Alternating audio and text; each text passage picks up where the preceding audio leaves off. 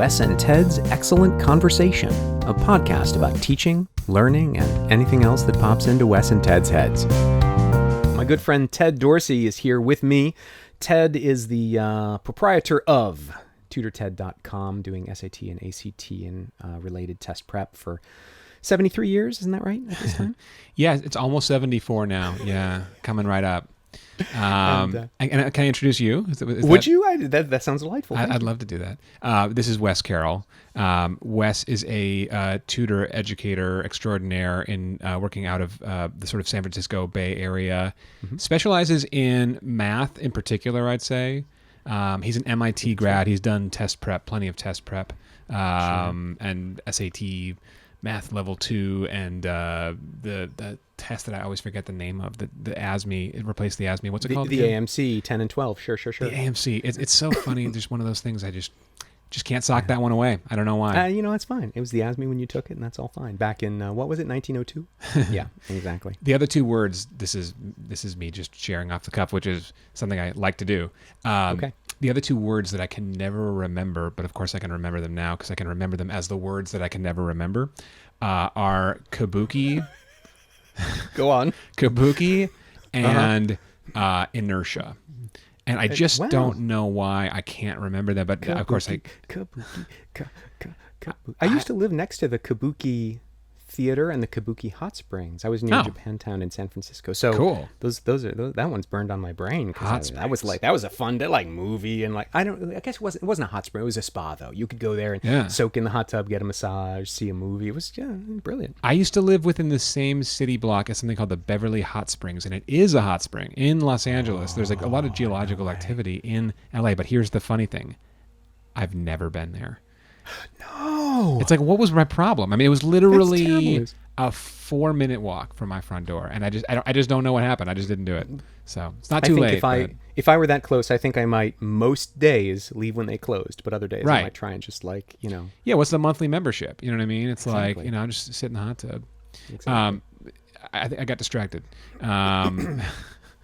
I got distracted AMC. should be the name of this entire series. I got distracted with Wes and Ted. What were the other ones? We had another title. We've been thinking about having a podcast. Out of our depth. Out of our depth. Yeah. I think out of our depth. Yeah, the sort of inclusive version. Yeah. Yeah, fair enough. We hadn't worked that through all the way. The concept of that one, which we can totally still incorporate, is that basically one of us presents a topic to the other one, and the person who presents it has done the research. The other guy's and the other hasn't. Coming. but it's a job for the other person to sort of hypothesize about how that came into existence. Yeah. And the thing that I love so much about that though is that it's totally germane to what we both do with students for a living, because you know how it is, the first year or 3 that you do SAT prep or whatever, you're all about, I got to know all the facts. And then you as you get a bunch of experience, right, you realize it's not about what facts you know, it's about how well you can perform under pressure when you don't really know 100% of what you're doing, right? It's can I connect some dots and kind of playfully put it together and all. I mean, obviously you got to know stuff, but I'm just saying. Yeah, but there's a method to it, and the approach and the method is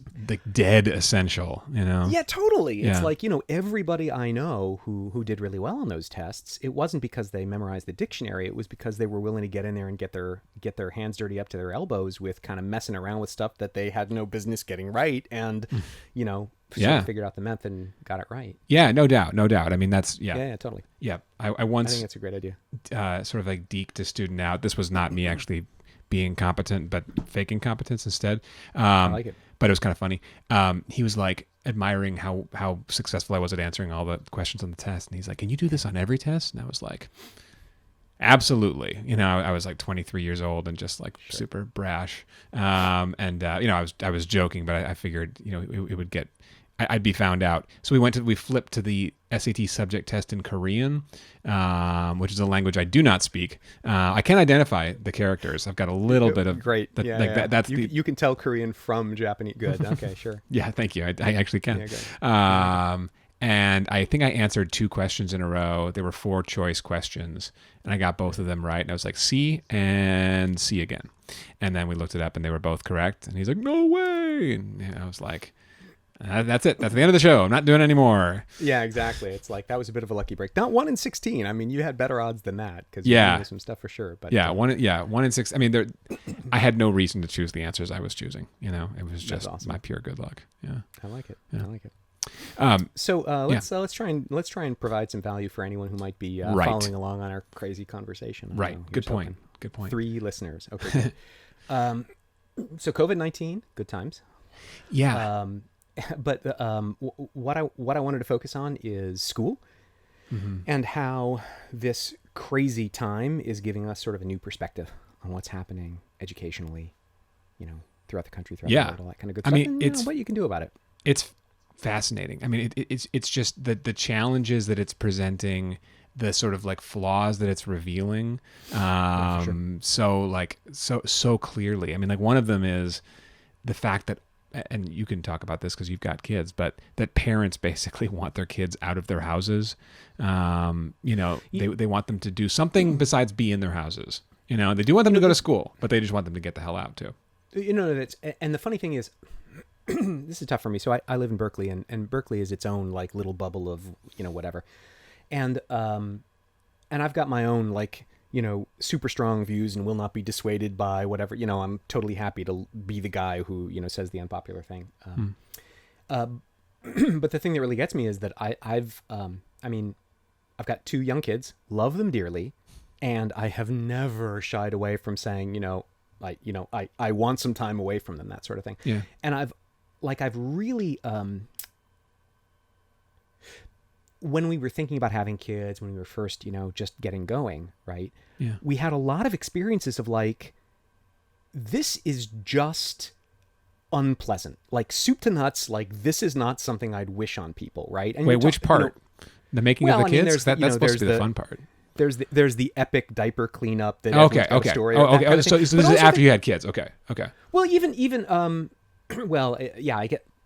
So there's not just that, but there's just like the arguments you get into with your toddler, where the toddler's not arguing, the toddler's just screaming, but you're trying to have a rational argument because it's the only way you can sort of stay sane in the context of this crazy situation, that kind of thing. But there are so many parents who are like unwilling to say, "Oh my gosh, there's unpleasantness." I mean, there's right. Things have changed a lot in the last even just a couple of years for us, but. I've always been okay with saying, you know what, I don't have to love every piece of this, right? Remember, did you ever hear about All Joy and No Fun? All Joy and No Fun? No, I don't All know. Joy, That. I think it was the name of the book, but it was the idea of like, identifying that dichotomy of like, having kids is in many ways a joyous experience, and in the large, right? It gives richness to your life. Not that you couldn't get the richness some other ways, but like there's something very special about that, right? And yet at the same time, you can feel like the joy of this experience, even while you're in the middle of something where it's like, never in a million years would I choose to be doing what I'm doing with the person I'm doing it with, right? Diaper cleanup comes to mind, but there are other examples too. It's like, this is not a fun activity. It's positive in one sense, but it's negative in the short. You know what I mean? Like there's it's very there's Buddhist. a distinction there. Yeah. I think that's great. I mean, I think that life is suffering. Parenting is suffering times too. Get to suffer for everybody. But I really feel like we're seeing a lot of that stuff. It's like none of these parents are like, look, I don't love my kids, but right. At the same time, it's like, look, I also have a job, and I actually enjoy doing it, and I'd like people to stop screaming at me so I could concentrate on it for 2 uninterrupted minutes. I love that video, the viral video of the guy who's like a sort of an international politics expert, and the kid comes like tromping into the room in the background. You know what I mean? Yeah. I love that video because it's so humane. It's like that guy. No, that guy is also a dad. He's also got these responsibilities, and those kids live in that house and are super happy to live in that house and do their thing. There's something just so sweet about that. I don't know. Like it was funny at first, and then it became something like more beautiful to me over time. For sure. Yeah. Well, one of the things that connects to for me is the idea that, oh gosh, how can I say this? It's so funny. It's like this idea that seems really clear in my head, but when I try and say it out loud, it's like, aren't those the best? Yeah. Well, we'll see. So it's the idea that we've built up this culture and this economy and this world for ourselves, where hyperspecialization means that I can send my kids off to school, and I can reasonably expect that even at again, God, I don't mean to be offensive or whatever, but like even at a so-so school, they're going to get a teacher who, on balance, is probably better at teaching them the stuff they're specialized in than I would be. Like, I have a very high opinion of myself as an educator, but like fundamentally, when it comes to first of all, my specialty isn't 6-year-olds, right? So my own 6-year-old, who knows, right? But the other thing is like, not only would I be teaching my 6-year-old, but I'm also her parent, and that carries all kinds of baggage. You know what I mean? And it's like there's all kinds of stuff that goes in there. Also, by the way, I've only had a 6-year-old for a maximum of 12 months of my life, unless she has an older sibling, which she doesn't, right? Right. Whereas the teacher, like, you know, he or she has seen 12 years of 6-year, like, you know, oh gosh, my public school isn't so awesome. It's like, dude, your public school is awesome relative to some of the alternatives in that sense. Right. Yeah. And so I think that one of the things that we're seeing now in the middle of COVID-19 is a breakdown of some of those specializations, because of course, you know, those teachers are used to a particular environment in which to do their work, and now they're having to do it online. It's like, okay, some of those advantages that they have get counterbalanced by some of the disadvantages they're now dealing with. And then you can also fold it, just to make it complicated, right? Sure. Like that wasn't complicated enough. You can fold in the whole business of homeschooling and unschooling and some of these other, you know, less popular but, you know, really powerful approaches where the parent does become the teacher, or the kid, him or herself, becomes in some sense the teacher. I mean, there's so many ways to slice it. What I'm trying to say is that we have this model of how schooling works that that we all sort of agree is sort of, you know, the way we're used to. Yep. And it is the way we're used to. Yeah. Well, yeah. Okay, fine. But it got invented in the 1800s, Yep. right? Whatever you told me before we started recording. 1870s, Totally. you said? I'll get into that because it's kind of fun. Yeah. Yeah. Okay, cool. But like, and you know, for certain goals, hey, it's a great way to do things. You know, all the alternatives have their disadvantages for sure. But today we have some other options. And I think, I mean, I guess what it comes down to is that the model really does what it's designed to do really well. Right. And where you can take advantage of its advantages, more power to you. That's awesome. Right. But where the model doesn't serve you, it's like, you know, ready or not, now's the time you got to sort of sort that stuff out. And I'm hoping that in the middle of these ramblings will come some useful stuff. Well, I've got like 3 massive questions based on what you just said. Oh yeah, let's have it. So let's go after them, and maybe I don't know how big they are. You know, at some point, I think we ought to like throw open the barn door and just start thinking about all of the possibilities. Well, first, all the possibilities for education, right? In terms of just ways it could actually 20-minute podcast lasts until Thursday. Well, that's just the tip of the iceberg, as they say. Okay. The rest of it is basically why, you know, what's our goal? That I think is the most important question to answer. It's like, what's the point of this? And you were saying you use the pronoun you, basically asking the question like, what do you want? And I think that's a question like, who are we talking to? You know, are we talking to individuals? Are we talking to a local community, American society, world society? And just thinking about like kind of the orientation of our goals based on that. You know, I think that, this could get into philosophy real quick too, just in terms of individuals. If individuals pursue what is best for them, is that what's going to be best for the society as a whole? Well, I mean, that's the promise of economics in general, right? Of capitalist economics anyway, right? Exactly. If you pursue your own self-interest, then that'll work out well. I mean, we see some places where that's broken down, but sort of in the large, it's been a pretty successful system, right? Yeah. And it's weird because I feel like I've got a little bit more of a idealistic, socialistic point of view, you know, more idealistic than me. Oh, whoa. I can't wait to hear this. Okay, I don't know. I mean, I think, I don't know. I guess what I just want a lot, and I want that, children can learn what they need to learn and what's going to sort of enrich them to the greatest possible extent. And I don't really care what the, I mean, I do, and I don't care what the kind of after effects are, if that makes sense. Like hang on a second. Yeah. When you talk about enrichment, right? Yeah. Are we talking about self-actualization, or are we talking about becoming productive in some cultural context? I'm less into that. I'm less into, you know, I mean, like I think being productive would end up being a side effect. You know what I mean? Like I don't think you can avoid it. But I think that to get there, you go on sort of a personal, emotional, you know, academic enrichment journey to basically become, you know, your better self. boy, that just sounds so absurd to me right now coming out of my mouth. But Well, I mean, it's a really privileged viewpoint, right? But I mean, if you get to pursue that, right? Why wouldn't you? I mean, that does sound pretty great if you can manage to.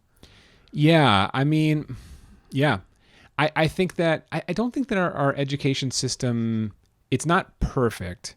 And there's You think? that's funny. Yeah. God, that's even a very Pollyanna way of saying that. No, I mean, you know, the point I would make, the curriculum that I always think about, that I think is it's one that you and I are both really good at, which is, I think, kind of maybe makes it a little bit ironic, but Algebra 2. If you go beyond Algebra 2, you're starting to kind of go into like the opt-in math classes. Like, not everyone takes calculus. Not everyone needs to take calculus. I sort of wish everyone would take statistics, because it's actually got just an incredible amount of relevance, especially today and like across the board in the social sciences. It's like, you know, it's this kind of touchstone between the, you know, some of the more like humanities oriented subjects and math. And so anyway, I do love stats, but my point with Algebra 2. Do you know, just to name drop Art Benjamin? Art Benjamin, is that a familiar name? Yes, I do know that name, but why? He's I want to say he's a Caltech professor. Okay.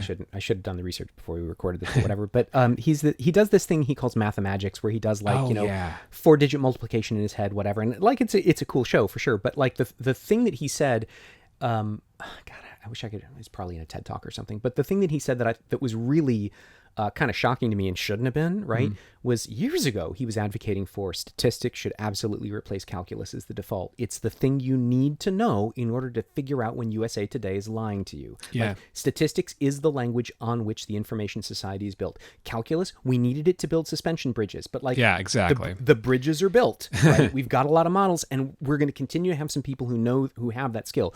But the thing you need as a citizen is statistics. Yeah, totally. I mean, exactly. If you're not designing the Hoover Dam, and the good news is Hoover Dam's already there, then you don't need it. There's so many, we propose these big questions, you know what I mean? And I almost think that the questions are, in a way, I mean, maybe we're going for too much out of the gates, or maybe maybe we need to get a little more micro and work from there. That's easy. I mean, okay, you want to get micro? I'll tell you the thing that maybe I should have let off with. Okay. I think that the system as it currently exists works reasonably to very well for people who are sort of in the average category most of the time. Right. And so I think that the real juice, the real benefit is in figuring out, okay, when am I within throwing distance of the sweet spot of what this system is trying to do? And in those circumstances, great, I'm going to milk the system for all it's worth. And when am I sort of far from the center of what it's trying to do? And in those situations, I'm going to chart my own path. I think that a big problem that happens is we get this, you get kind of an all or nothing approach. I mean, again, like as a parent, right? It was like, geez, do I send my kid to public school? Do I send my kid to private school? Do I homeschool? Like there are these really huge, like monolithic decisions of like, you do one or you do the other. And then the next decision point comes in a year or in 8 years or what. And like, it's done, it's locked in. Right. But one of the things that we're seeing with COVID-19 is like, you know, my kid is doing online learning and so on. And, you know, the teachers are doing as good a job as they can do in the context, and mad props to them, you know, that's all good. But at the same time, it's like, geez, it would really be helpful if if we, the parents, you know, chipped in. And obviously the teachers are saying the same thing. So it's like, oh, all right, I'm going to do the best I can to like pretend I'm a homeschool parent for a while and try and teach these things or support these things or frame these things or whatever I need to do. Because the idea is, look, if I'm doing the best I can and the teacher's doing the best that he or she can and the student's doing the best that he or she can, okay, it's gonna add up to enough or more, right? It's like we're just gonna all throw in and we're gonna kind of get it to happen. And what that really opens up for me is various other kinds of hybrid models. And then I get into like what you and I do for a living. Like at the end of the day, neither of us homeschools the students who come to us for help. Right. We handle a very particular set of skills, a very particular topic or sort of viewpoint or whatever. And okay, great. If this is the thing you need, boy, you know, we can, you know, go like a bullet with that kid and, you know, make a huge change. But you get outside of our specialty zones and it's like, well, you know, then our advantage sort of dissipates pretty quickly, right? If I'm helping a kid with U.S. history, it's like, you know, I'm happy to try, but like, you know. Yeah. Okay. Okay. So I had this parent recently get me on the phone, and she had a little bit of like an authoritative air. You know what I mean? Okay. You know, In the sense of I know what I'm talking about, or in the sense of you don't yeah, know what you're talking about? both. Ooh, okay. Yeah. All right. Yeah. Let's have a dish. Let's hear it. And hopefully she's not listening. Anyway, she said to me, she was like, some tutoring companies focus on knowledge. Other tutoring companies focus on tricks. Which are you? And I was like, Dude, tricks that like wow. So you're gonna privilege content by calling it knowledge, right. and you're gonna deprivilege, you're gonna de-emphasize process, by Right, labeling exactly. it tricks. Exactly. And so yeah. So I basically said like, I think I was a little bit more polite about it, but I basically said neither, like that's not like those aren't, there's not, we don't make that choice. We've never even thought to make that choice. Tricks are, to me, that word implies things that allow you to solve a problem without really knowing what you're doing. You know what I mean? Like a workaround, like it's a magic trick. Sure. Yeah. And what, the funny thing about magic tricks is that like what you think is happening is not really happening. So, Right. I've never been a big believer in that. And I remember at times I've even had strategies that I would recommend to a kid where the kid was just getting, could not get a ratio question right. And we just had this deal where, the student actually was having a hard time identifying what a ratio question was. And so there were certain keywords I had them read for. And it was more of like a Pavlovian way of solving the question, like just looking for these words and then basically like doing a certain thing without understanding it along the way. And I was uncomfortable as I was teaching it, and I tried a bunch of other things and those hadn't worked either, which is why I landed on this one. Sure. But I just kind of, I didn't like it. And here's the funny thing. It didn't work. It didn't land with the kid because the kid didn't understand it, and if you're like just kind of faking it throughout, then, the probability of one of those things sticking and working is like pretty low. The probability of enough of those things sticking and landing that you would actually improve a test score is, infinitesimally small. Like it's impossible. Let me try and get highfalutin for a sec. Okay.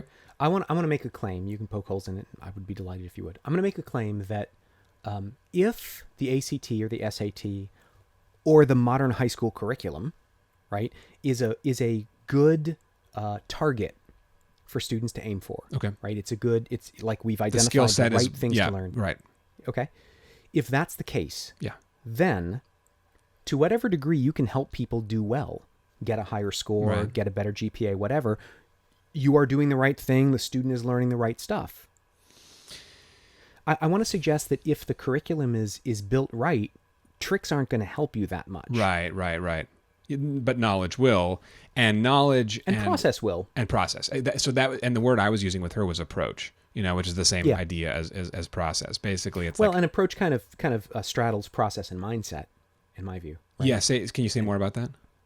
Well, so approach, right? I think of like, if I have some like physical engineering problem, how am I going to mount this blah on this, that kind of thing, right? Okay, then my approach matters. And by that, I mean sort of like, how am I thinking of the components of this system? What does the solution need to look like? How am I going to assemble some stuff? And right. But there's also the business of like, my daughter's mad at me. How am I going to approach her in a way that, that gets us to where we want it? Then it's sort of a mindset perspective thing. And I feel like that word kind of encompasses both in context. So I was going to bring that up too. So you were talking about our areas of expertise and speciality, right? So we definitely have our content areas. You know what I mean? It's like, for sure, I know my freaking grammar. You know what I mean? It's like, you can't stump the band. And that's it's kind of fun to try, but totally. I welcome it. You know what I mean? Sure. I've got a handful of others, but like it's limited, right? And it doesn't include, say, medicine. It doesn't include right.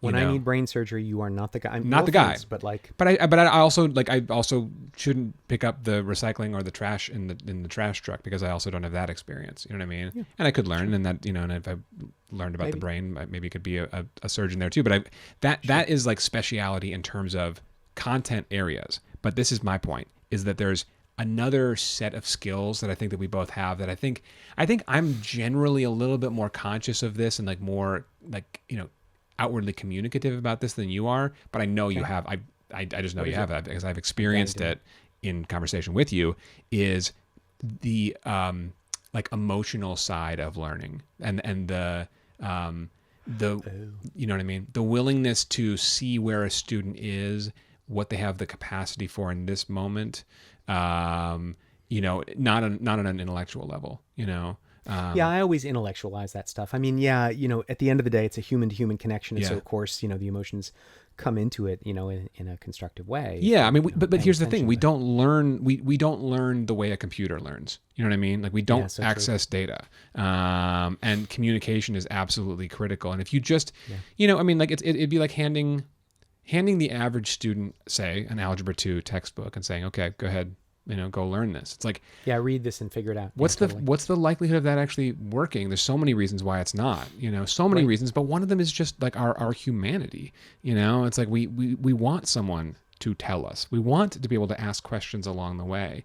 And that is very, very specific, and I think it's a talent that really good educators, the ones you were talking about, the ones who have all that experience, have, and have that for, hopefully for a lot of different kids. I was going to tell one more story, one more random story about like, speciality, right? I had this teacher in high school, Spanish teacher, and he was he was maybe the most notorious teacher in the school, because he was a complete prick. I mean, he was so difficult.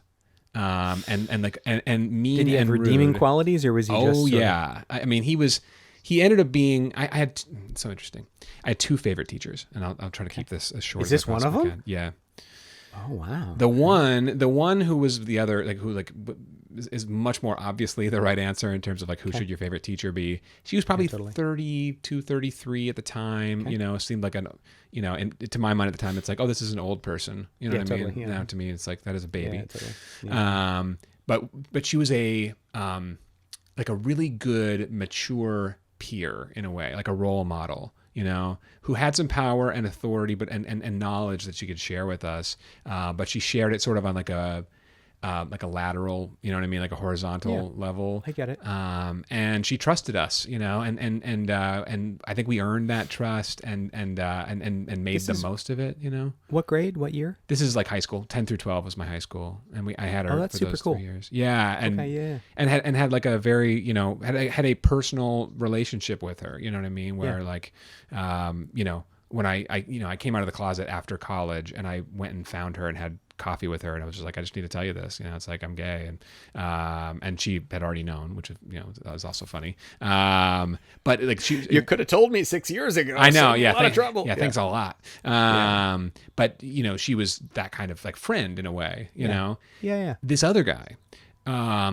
was, I mean, he was not a friend, and I remember there were times when I was not to. I'm gonna sound like such a arrogant dick. I was, probably the best Spanish student in the school. And he knew that, and we got along great in class or whatever. But I remember there were times when I would pass him in the hallway, a long hallway after school. And we were the only two people there, the only two humans anywhere nearby. And he wouldn't even look at me. You know what I mean? He wouldn't look at me, wouldn't say hello. He was just kind of a moody jerk. And there were other times where we got along and had a good time. But anyway, like his approach was very, very specific. I'm finally, if you can believe it, I'm arriving at my point. I know, it's amazing that his approach did work for me. I basically was scared into getting really good at Spanish.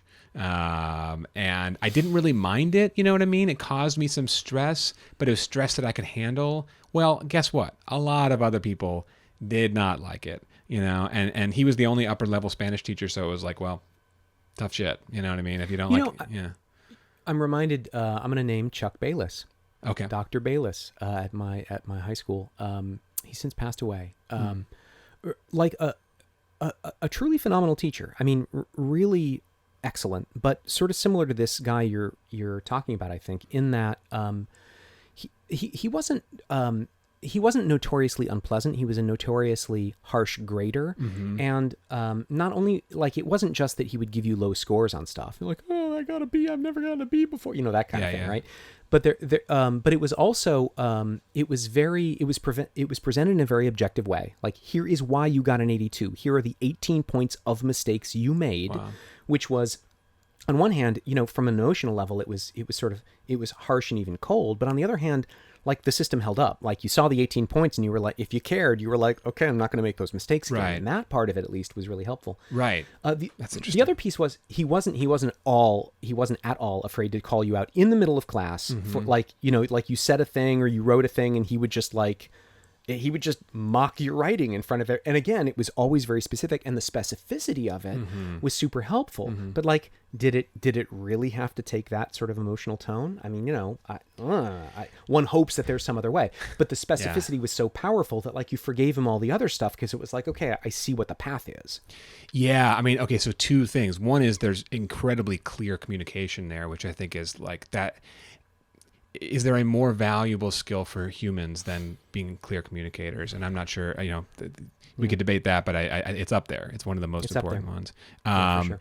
And then the other one is interesting because there's a little bit of shame in there. And Senor Enriquez also, like, used shame and embarrassment and fear as teaching tools. Now, that to me is not necessary. You know what I mean? Now, is it always to be avoided? I don't know. Not necessarily, you know. Yeah.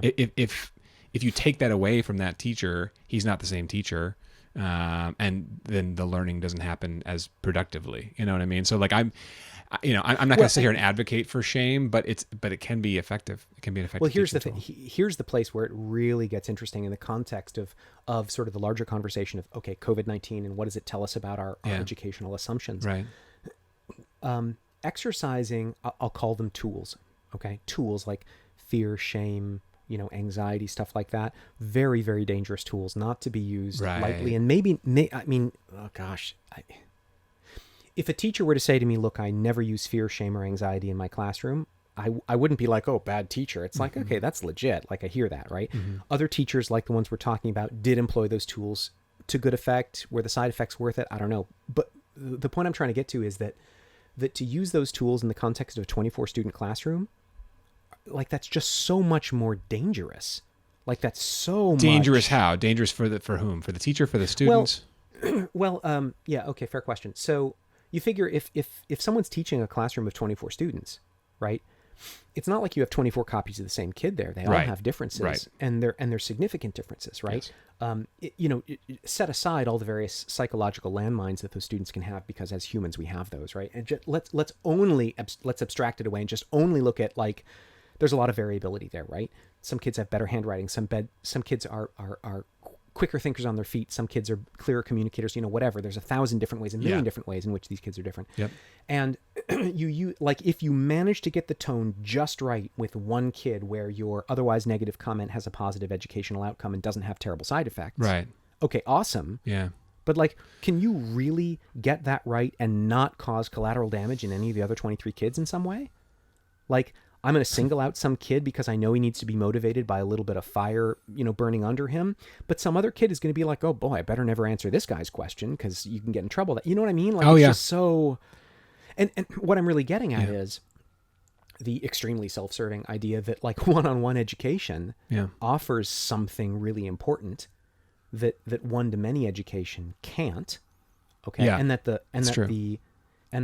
you know, we still have the problem that we have a lot more students out there than we have good teachers. Okay, sure. It's not like we're going to a total one-on-one model. But the thing I'm trying to say is that, again, that one-to-many system works really well in certain contexts. And if you know that you're in that context in the moment, awesome, that's great. And when you get outside the lines on that thing, it's like, that's the time that you need to find, either a one-on-one teacher or a different classroom or something else so that you can get more benefit out of it. And that's what 10, 100, whatever, many millions of parents are grappling with right now. Right. Is the idea of, when my kid was away in school, either they got what they needed because the teacher had more capacity when he or she was doing it in a normal classroom where she was comfortable with it, used to it, had a bunch of techniques, or I just didn't see the ways in which it wasn't a good fit because it wasn't right in front of me day in, day out when I'm supposed to be in some other meeting. And now I'm seeing it and it's like, I want to shore up over here. So I've got so many. Yeah, no. I just have so many thoughts in response, and if I don't jump in, I'm gonna do it. lose the thread. Okay, here's what I think we're saying so far. Teachers have skills that are, born out. Like they might show up to the profession with them. They develop them over time. Some of them can be dangerous in some cases. But they get good at teaching. In addition to knowing stuff, they get good at teaching. And that's critical. Which is its own skill. Yeah, for sure. Yeah. On the tutoring point, so if you look at education research, it all confirms that one-on-one tutoring is by far the gold standard of education. By far. There is no arguing, you know what I mean? Like everything shows that if you teach a student one-to-one, that they will learn more than in any other capacity. And the emotional component you're pointing to is a strong driver for that, I'm sure. Right, As like is the fact a personal emotional, component, basically, like For seeing the student where they are and moving them from exactly that place to the next place. Yeah. Well, and that's an intellectual thing as well, right? Right. It's the business. If you're teaching me a thing, you're tracking where I am. You can figure out what I most need to hear next in order to maximize. Yeah, sure. Definitely. Yeah, and that is intellectual and that's emotional too. You know what I mean? It's about like what do we, how much room do we have today? You know what I mean? Like how much more disk drive space do we have, basically? To use the computer metaphor, that's not a very good metaphor. So here's my next point, and this is something that I mean, we could make a meal out of this one too, but why do students get educated? And just hang with me because this is going to be sort of like a devil's advocate-y situation. Okay. I'm going to lean back. Go for it. Why did we choose to educate students on a one-to-many basis? And here's like my follow-up point to that. You've got, all right. You have the one teacher in like an ideal classroom. You'd have, say, 15 to 20 students. That to me is kind of like the sweet spot of, maintaining order. In a lot of other classrooms, it gets bigger than that. It gets to 30, 35. I've seen 40. I've heard of 45. I've never seen that, but I've been told about it. I feel like 6 to 12 around a Harkness table, but right. Good point. So we've made that decision. You know what I mean? We've made the decision that we need about this many teachers and that they need to get paid about this much, Oh, all right. So that's a system decision. That's a system, you know what I mean? Like we've decided on that together. There's no absolute reason why that has to be that way. So, I love the model of oh my God, I can't think of the name of the school. The schools started in New York, charter schools where the teachers come in and they make $120,000 a year and you get really good teachers as a result. What's the name of that school? Zeke is the name of the guy who started it. Boy, someone in the comments help us out. Yeah, totally. I remember reading that article some years ago and thinking, that's yeah, interesting. They're still happening. They're still going. We can make that decision. You know what I mean? You can make that decision whenever you want to, and you can get better people. And I'm not saying that teachers are bad, but like, why not get the best people you possibly can? Why not recruit people from, like, there are smart people who are selling medical devices. It's like, well, why do they have to do that? Well, I mean, yeah, of course. Like the profession has a certain amount of cachet. If you increase the cachet, you get more people, you get more money, all that kind of good stuff. But you're making a really good point, which is it isn't that the teachers we have aren't good enough. It's that they aren't numerous enough. Right. You double the number of teachers even by padding the ranks with people who are less capable than our current teachers, and you're going to get better outcomes across the board because guess what? Teaching 8 kids is easier than teaching 16. Teaching 16 is easier than teaching 32. Yeah. Like everybody's skill level goes up when to a point, right? But that's part of the reason. You can group students by ability. You know what I mean? You can have students work together who are, the sort of like the better mathematicians, the better readers or whatever. And then, or if you choose not to group them by ability, then, that's fine too, because then you have a teacher who's aware of that sort of mixed model and can sort of guide all the students into inter-student discussions that, that are most productive. For sure. Sorry. It's a really interesting model that I'm just starting to wrap my head around it, and I'm curious about it. Is the old one-room schoolhouse, and what's funny is there would only be one teacher there. It's a very different educational model, and in a way, I feel like it's what I'm advocating for right now because, you have to teach the 8th grade stuff, and you have to teach the 2nd grade stuff, which means that everybody at any given time is only getting one-on-one instruction, or maybe 1-on-3, if there's 3 2nd graders or whatever. And so it's sort of like it's private tutoring education. Are you familiar with unschooling? I've heard the term and I don't know what it is. Okay. So, at the risk of mansplaining to you something I don't understand very deeply, let's just dive in. Mm-hmm. My limited understanding is that unschooling is it's a kind of homeschooling in which the agreement between parent and child is that the child is primarily responsible for his or her learning direction. Mm. Okay, so like unschooling to people who aren't familiar with it, unschooling can look like the inmates running the asylum, right? Okay. It's just like there's completely no structure to it, whatever. But my sister-in-law unschooled as a child, Oh, interesting. and the sense that I have is that completely unsurprisingly, some students or some kids are perfectly content to sort of wander through their day and just kind of do whatever occurs to them, and they have sort of the right ratio of I don't know, whatever, right? Curiosity, self-direction, or just fun playfulness, whatever, right? Mm-hmm. That they can hardly help the fact that they learn stuff as they move through the day, Mm-hmm. particularly if they have a loving adult, a parent, right? Who is sort of there to sort of, to frame certain things. What is this? Oh, it's a dandelion. Oh, what's that? And you can go pretty deep with a question like that. It turns out, right? And also, you don't need to be a college professor to go deep with that question too. It can be like, here's the stuff that I know. Here's some place where we can learn some more. Let's go learn some more. Right. I mean, there's all kinds of stuff. And that's method and process too. You know what I mean? That's learning how to learn. Right. Yeah. It's not I'm the encyclopedia giving you facts. Yeah. It's like, look, I'm going to model for you what I've learned in my 3-4 whatever decades of adult life, or whatever, about how one goes about this sort of Finding thing. what's important and Yeah, totally. That sort of intellectual triage. And I think that I've never been in a one-room schoolhouse, but I can imagine that there are some components of unschooling there where, like, if the teacher is working with 1 or 3 kids in a 35-room or 35-student one-room schoolhouse, that means there are 32 kids who are in charge of their own learning in that moment. Exactly. Absolutely. And, They like, have to be. Yeah. Yeah, totally. I mean, they might be just, getting in trouble, getting in fights, whatever, right? But they also might be doing the thing that the teacher was talking with them about half an hour ago. They might be going off on their own and having some discussion that, I mean, there are a lot of educational, I'm reminded. So I read this great article a while back that that describes how things work in a particular schoolroom in Japan, which apparently is quite common in certain areas of Japan.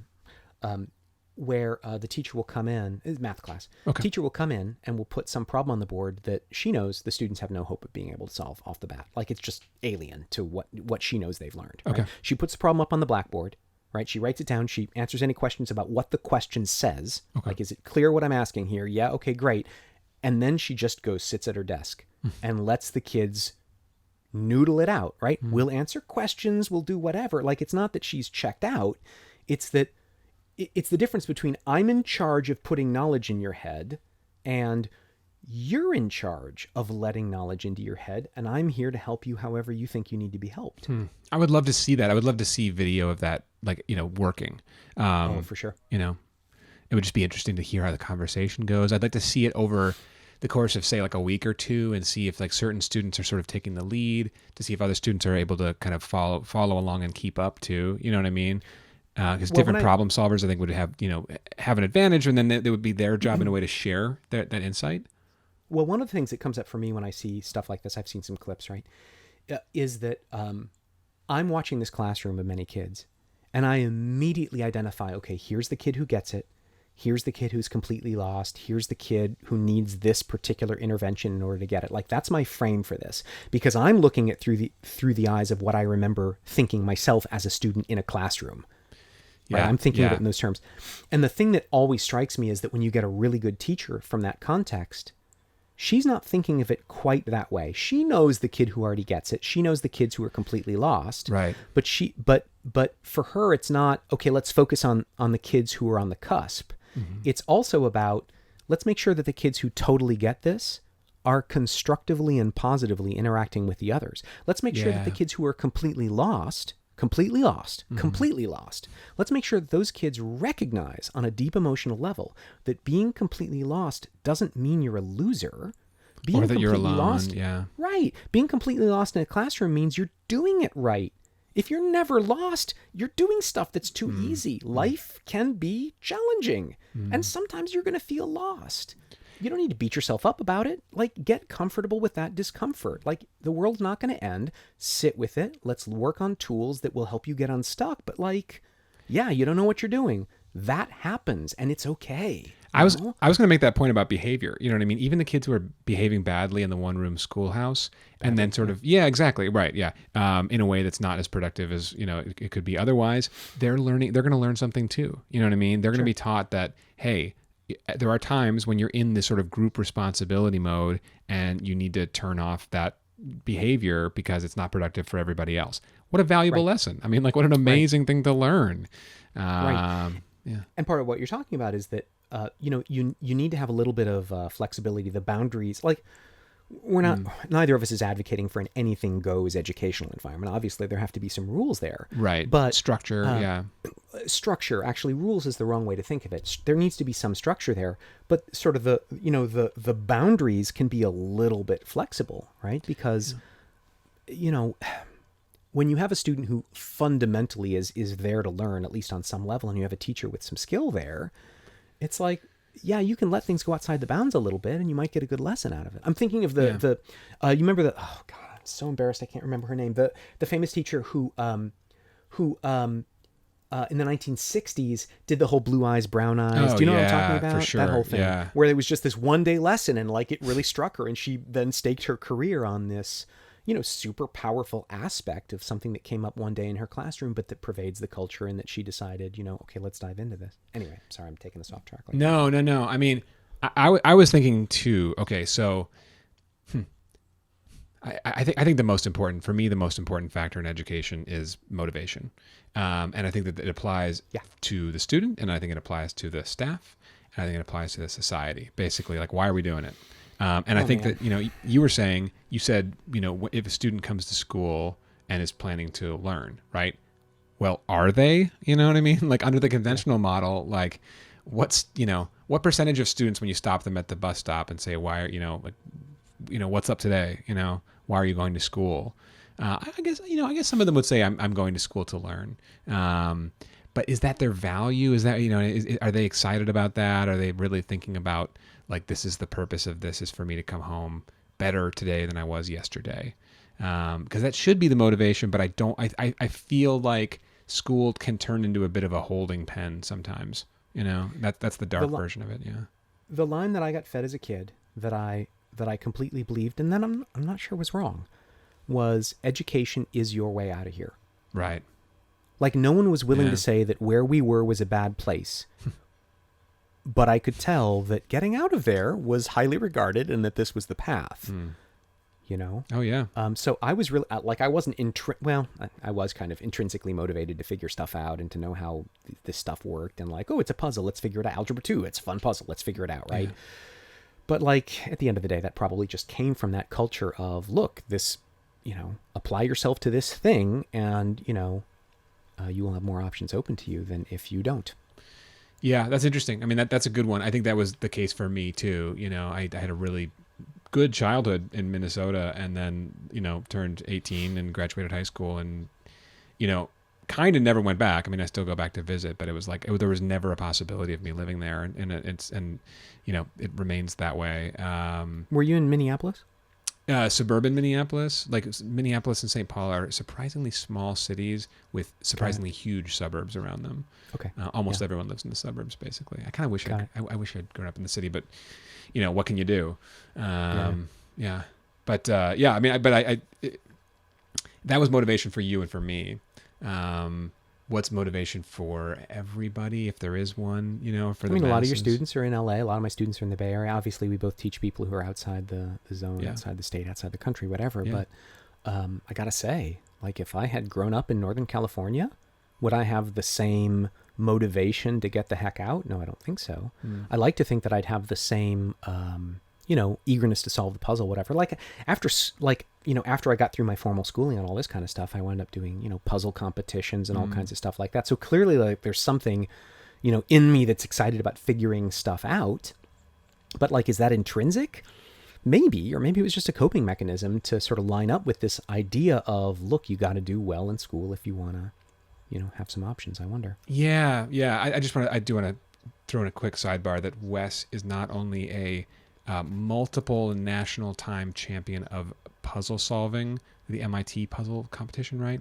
Is it? Well, it's so yeah, the MIT Mystery Hunt. It's a team Mystery Hunt. competition, so I don't get to like take the super high low, but still, Yes, yeah, but, yeah, let me we've say done also, fine. and how many different teams have you been on that have won? Yeah, that's a fair point. I've won on a couple different teams, so So that's hope okay. that means something. I believe that does probably mean something. I mean, you know, Hope so. you could be okay. So in terms of NBA, you could be like the Robert Ory of you know what I mean, the guy. But hey, you know, Robert Ory was Big Shot Bob. It's like you need that guy. You need that guy to hit that Yeah, sure. three to win you that game. And my guess is you're doing more than just hitting the clutch three. But anyway, I guess so. you could be Robert Ory. I love that you brought in basketball because I come from Indiana, right? Hoosier basketball, yeah. and I'm 5'7" when I don't have shoes on, so it's like basketball was never, ever, Not ever a possibility. Yeah, no. Yeah. I mean, it's setting aside the fact that I have absolutely no skill and no, whatever, but that's all. So that was one of the sidebars I wanted to make. The other sidebar is that Wes is also at the exact same time a champion beatboxer.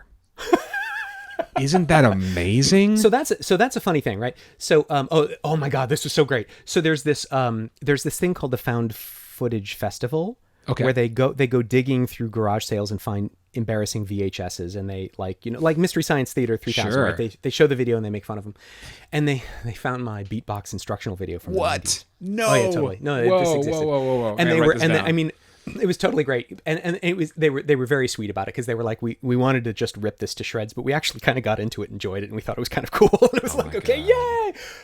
But it was so funny to like watch, and I'm watching myself, and it was just like, I'm sitting here cringing. I don't need the commentary to feel cringeworthy, right? And yet they're really upping it. Oh my God! It was How so old were funny. you when you But- made the video? Yeah, sometime in my 20s, late Okay, 20s. okay.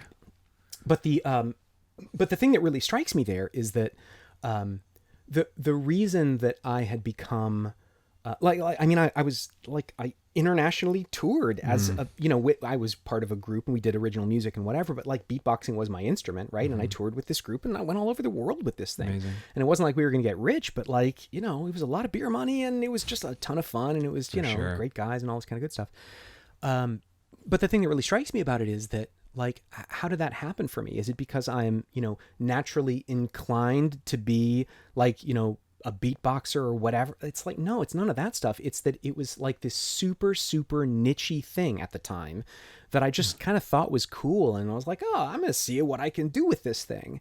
And I also decided, you know what I'm going to do? I'm going to teach everyone who wants to know about this thing how to do it. I'm not great, but I'll figure it out.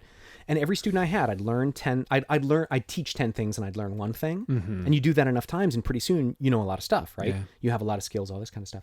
The reason I'm making this point is that at the time I was thinking I'd really like to be, a professional musician. So I better pick an instrument that nobody plays, because that's my only shot. Like, I remember thinking that at the time. That's pretty clever. It was like, I better become a great violist, accordionist, Right. beatboxer, something. And it was like, okay, beatbox, I don't need to buy anything. Great, let's give that a shot, right? But I think that there's this long circle, kind of circles back to what we were talking about in the beginning of the traditional educational system is all about teaching the average student some average stuff so that they have some shared knowledge. No shade on that. Like, that's Right. a great thing to do. But if you pick a particular skill that you want to get good at, if you want to pick a particular niche that's going to be your thing, if you have some temperamental bent that you want to do something, right? Yeah. It's very difficult to do those sorts of things in the context of the traditional educational system. And now that we're seeing through COVID-19, all of these classrooms become video and all this kind of stuff. Yeah. It's like suddenly people are discovering, open courseware and all the stuff you can learn on YouTube. And Right. I mean, you want to learn some foreign language. Guess what? There's a 19-year-old kid who speaks that language natively, who has Yeah. a video connection, who's happy to take your money. Who's ready right to now. talk with you. Yeah. It's like, my gosh, it's like we don't, do you need Spanish class? Spanish class is still valuable, but you got options today that when you were in high school just didn't exist in the same way. So a couple things that I think, and I think this will start to put like a cap on the conversation for today too. We probably need that. No, I mean it's it's been a really interesting conversation. I think we've got a lot of questions yet to answer, and that's good. And so too do we all, Sure. I think that the lessons of the school as it existed pre-COVID, I think that they were productive at maybe like a, I don't know, like a 70% level. You know what I mean? Like we were delivering like pretty decent results. Kids were learning things that they would not necessarily need to know later on. You know what I mean? Like at some point, and I actually kind of value this knowledge, but I learned, say, the countries in Africa, the continents in Africa. It's good.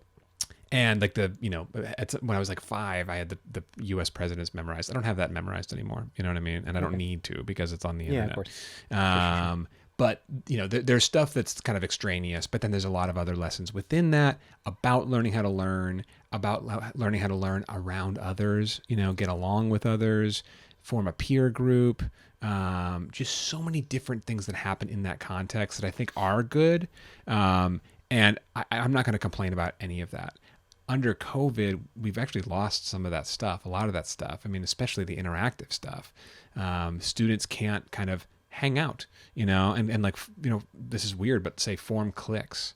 There's something interesting and valuable in that, just about kind of human behavior. So I think we're challenged. I think that it does open up these new possibilities. I happen to be a big fan of teaching, like allowing kids who are eccentric to develop their eccentric skills.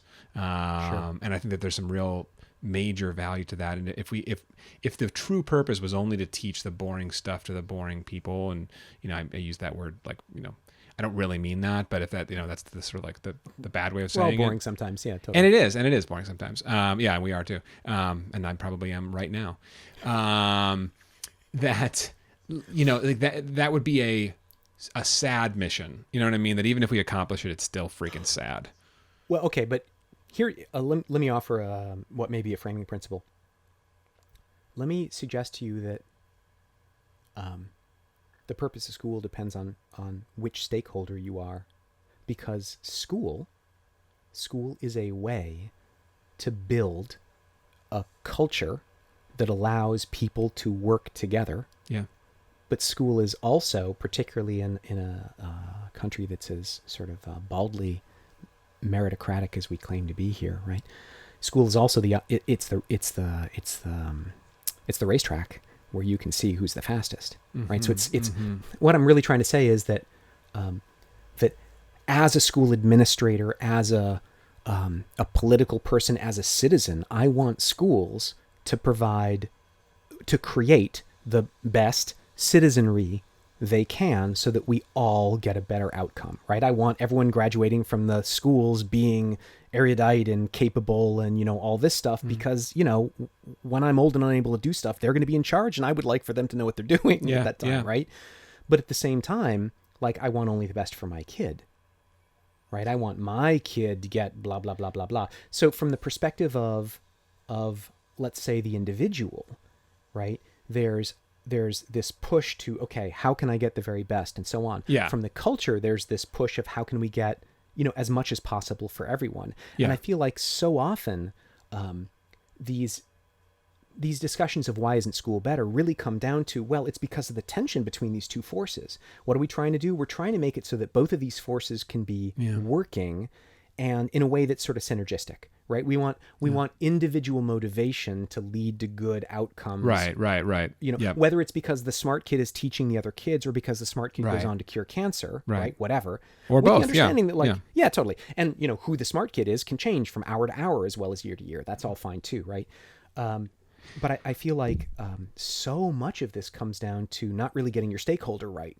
Because, because I hear you talking about some of this stuff and there's we have our own positions of who we were as students, and we can inhabit sort of the viewpoints of some of our students now that we're individual teachers and tutors. Mm-hmm. But then there's also the cultural question of like,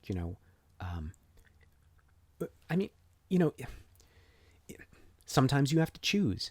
Are the 24 kids in this classroom going to have an overall better experience, or is the one kid in the classroom who's especially capable going to get an extra boost? Or for that matter, is the one kid who most needs help, who's farthest behind, are we going to catch that kid up? Like, Yeah. Obviously... That's an amazing... Well, go ahead. Yeah, sure. No. I mean, it's just like... That's an amazing question. It's an amazing question. And I think we should hang on to it. You know what I mean? I think we should come back to it because I think that's like it's deep and it's great and it brings up so many thoughts. And I could jump right in. I'm thinking about like W.E.B. Du Bois, who basically was like, let's teach to the top 10% of black males. You know what I mean? Like, and that was sort of like, let's find the talented ones and let's raise them up. And I think he had like a broader, intention too. You know what I mean? I think that he was trying to help the entire race, but he's basically like, let's start with these people because this is going to work. You know what I mean? And you're going to like, it's sort of like, I mean, it's like, Jackie Robinson's an incredible person to be the first person to integrate baseball because it wasn't about him being good at baseball, which he was very good at baseball. But it was about him being this personality that was like, could be accepted by white people, by most white people, and not all of them. Anyway. Yeah, I think the motive, like the goal of we should have the goal of figuring out, or at least discussing more, what's the goal of the classroom? Is it to raise the individual, out of the many? Is it to raise the many to become critical thinkers so that they can, make society better, en masse? Is it to take the person who's falling behind and catch them up to the group? And maybe it's all those things. I don't know. But I think that's a critical question in order to decide how to run your schools. I think that's right. So let me suggest this. At the risk of embarrassing ourselves, because we'll have all of 2 listeners and they'll both be us. When we post this, my mom will probably listen. Oh, we're up to 3. I really get a lot out of our conversations. I'm glad that we're recording this. I'm glad we're posting, and I hope that some people will get something out of it. I think that's awesome. I want to keep doing it at least for a little while, and just because, I said, I really enjoy it.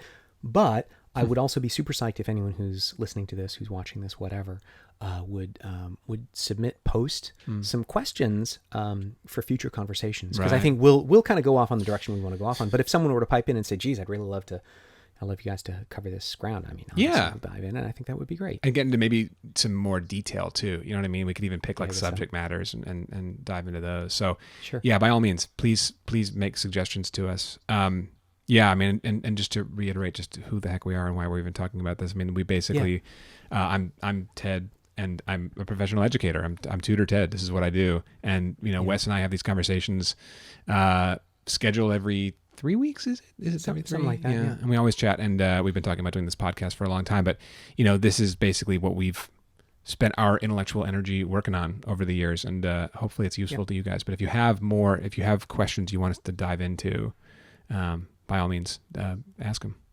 Yeah, I think it's all good. You can find Ted at tutorted.com. You can find me at Wes Carroll.